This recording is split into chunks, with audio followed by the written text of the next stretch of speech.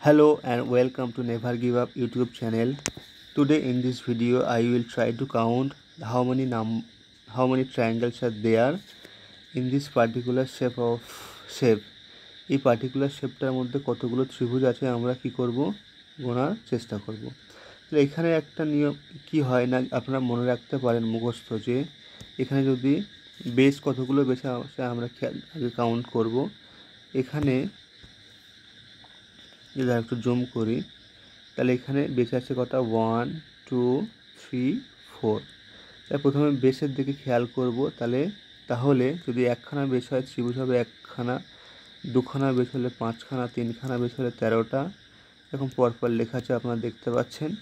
আর একটা easy way আছে, সেই ইজি ওয়েটা আপনাদের বলবো।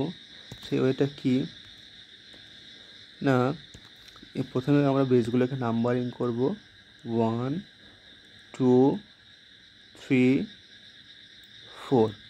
এবার উপর থেকে যোগ করে করে বসাবো। এটা যোগ করে বসালে কত হচ্ছে 1, এটা বসালে কত 1 আর 2 কত 3, এটা যোগ করলে কত 3 2 5 আর 1 6, এটা কত হবে 4 7 আর 2 9 আর 1 10। তাহলে যোগ কতগুলো আমরা ট্রায়াঙ্গেল পেলাম 10 আর 6 16 আর 3 19 আর 1 20, মোট 20খানা ত্রিভুজ পাবো।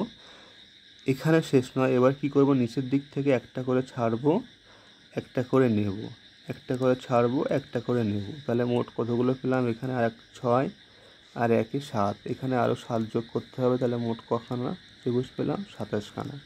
এরকম যতগুলো শেপ হোক না কেন আমরা একই রকমভাবে করব।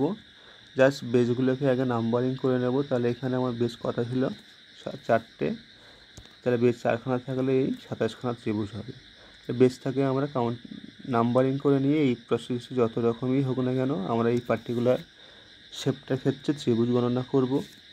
সবাই ভিডিওটা কেমন লাগলো জানাবেন। ভিডিওটি লাইক শেয়ার ও সাবস্ক্রাইব করতে ভুলবেন না। সবাই ভালো থাকবেন, ধন্যবাদ।